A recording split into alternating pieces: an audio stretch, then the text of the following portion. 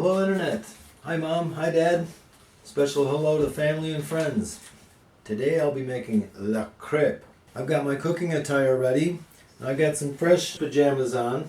These are my favorite flannel pajamas, nice and warm. But first a little bit of family news. My wife and I got our test results back and we are both negative for COVID, for corona, whatever you want to call it. This means that we are not contagious anymore. We can't pass it to anybody. My wife is still ill, but she's getting better. And right now she's at the zombie stage. This is where you have a bit of a cough going on, but the main problem is you're a zombie. You can't get out of bed. So she's at that stage right now, and she's sleeping a lot, but she's doing really well. I never caught it or never had any symptoms at all. But my wife has had flu-like symptoms for about a week now, and I wanted to pass on this news to you that she's recovering and she'll be fine. Thank you. So I know you're all wondering, what's Gary been watching on TV? Well, I've been rewatching The Wizard of Oz over and over and over again. It's still one of my favorite all-time ever movies. And if I get a little tired of that, I switch to Herr der Ringe, which is Lord of the Rings. Of course, I watch it in English because the German is just too complicated. And I've been reading The Never-Ending Story. It's originally from a German author named Michael Ende. And this is the English translation from Ralph Mannheim. I've never read this one before. So far it's pretty good, and I'm just getting started, and it's hard to find time with everything going on. So the move is still delayed slightly. Our landlord, Herr Gregor Kevik, is being very generous and understanding, and so we thank him as well. There is one more thing. I generally wear my wireless headsets, especially when I'm in the kitchen, cooking, cleaning, things like that. Currently, I'm listening to Jimmy Buffett's discography. He's still one of my favorite singer-songwriters, and his later material is very good and well worth listening to. My other favorites for many, many years are John Prine and the Stranglers. And of course we lost John Prine to COVID, and we lost Dave Greenfield from the Stranglers to COVID also this last year. Some years ago I got the whole discography of the Red Hot Chili Peppers. I had all their music plus John Frusciante's solo albums. And that's all I listened to for about 4 years solid. I drove the guys at work crazy because that's all I played all the time. But I really enjoy wearing my wireless headphones when I'm walking around the house or working in the garden or cooking in the kitchen. They're from Sony. A quick update from my last cooking video. The experimental jalapeno brittle turned out really good. This is jalapeno with cashew, and it's nice. It has a really good airy texture, and it is just delicious. I can't stop eating it. They're killing my teeth, but it's great. I've got bags of it that no one seems to want because they think it's COVID infested or something. But I think I know one particular family who probably wants a whole bunch of this. So we'll find out. Man, that's good.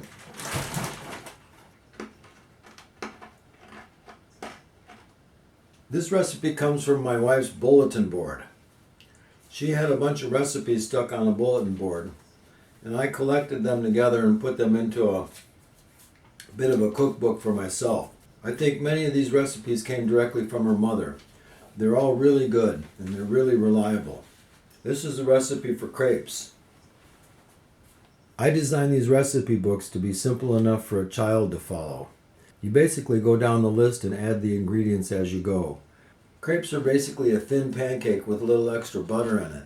I think they were invented when some poor Frenchman had to stretch his wheat and eggs and make them last a little bit, so he thinned his pancakes down with a little extra milk. They make a lovely wrapping for about anything you want to put in them, as we're going to see here in just a moment. I love to bring crepes to my wife for breakfast in bed some mornings. It's really nice. Or if we're having a large family breakfast, crepes are the perfect thing. So let's get started. Now the first ingredient is a nice crepe pan. If you don't have one, You can use about anything as long as it has a nice big flat surface, and you can make your crepe according to that size. It can be smaller or larger, but a good crepe pan really helps to make the process nice and easy, and your crepes come out all uniform and nice and round and even. Alright, I've got 300 milliliters of milk. It's about 1 1/3 cups, and a 1/4 teaspoon salt. We got 2 teaspoons of vanilla sugar. Then we've got 3 eggs, and 3 tablespoons of melted butter. It's about 45 grams. Then we've got 200 grams of type 405 flour, and that's about 1 1/3 cups. So a little at a time. My wife says my crepes come out lumpy, so I don't know what to do about that. That's how I make them. Of course, we can use a whisk as well, or an electric mixer. Now I like my crepes a little thinner, so I add a little extra milk. And there's one last ingredient on the list. Sparkling mineral water. Over here this is called Sprudel, and my wife drinks it by the case. Most Germans do. I can't drink it, it upsets my stomach. But it adds a very nice texture to the batter when you pour it in at the very end. And don't mix it in too much. And just blend it in a little bit. Alright, the batter's ready. I've got my pan on medium heat. I've got a ladle for dipping. Got a spatula here, but that's a little too small. I like our big one here. This is really good for crepes. If you can find one of these, they work really good. Got a little bit of butter to butter my pan with. Put a little bit in there. See how I do that? Just swirl it around. If there's too much, pour it off. Nice and thin. And you give that a couple minutes until you see the edges start to brown a little bit and curl in. Then you try and loosen it up a little bit. And flip it over. There we go. Beautiful. Now with a little bit of practice over time, you too can learn to do this.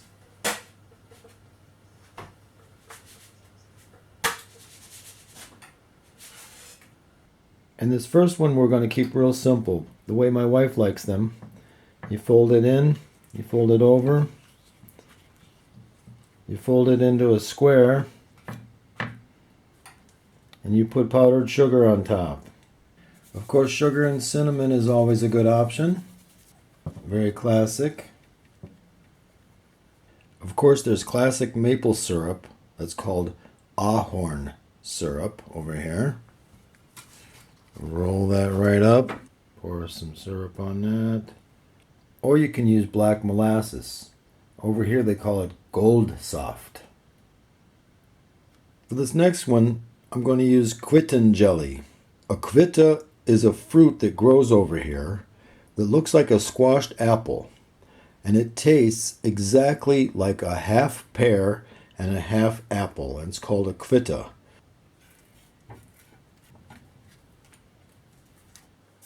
And I want to caramelize some apples. So I've sprinkled some sugar into a hot pan. And you work that around till it melts. And you throw in a handful of apples. Stir that around real nice. If you like, you can add a little cinnamon. Cook them a little bit more until they soften up. Looks good already. And our caramelized apples go on this one. Just gonna roll that right up. Beautiful. Of course, you could always do peanut butter and strawberry jelly. Nutella is my daughter's personal favorite. And Nutella with bacon is one of mine. Try some bananas with chocolate sauce. Now, when I was a young lad, there was this stuff you could buy at the store called honey butter. It came in a yellow paper container similar to this one here. I don't think you can get it anymore. They probably stopped making it a long time ago. So anyway, I just make it at home using butter and a good spoonful of honey and a good shot of cinnamon. And I mix that all up real well together with a fork into a nice brown, beautiful paste. And it's also really good on toast, but I like to put it on my crepes as well.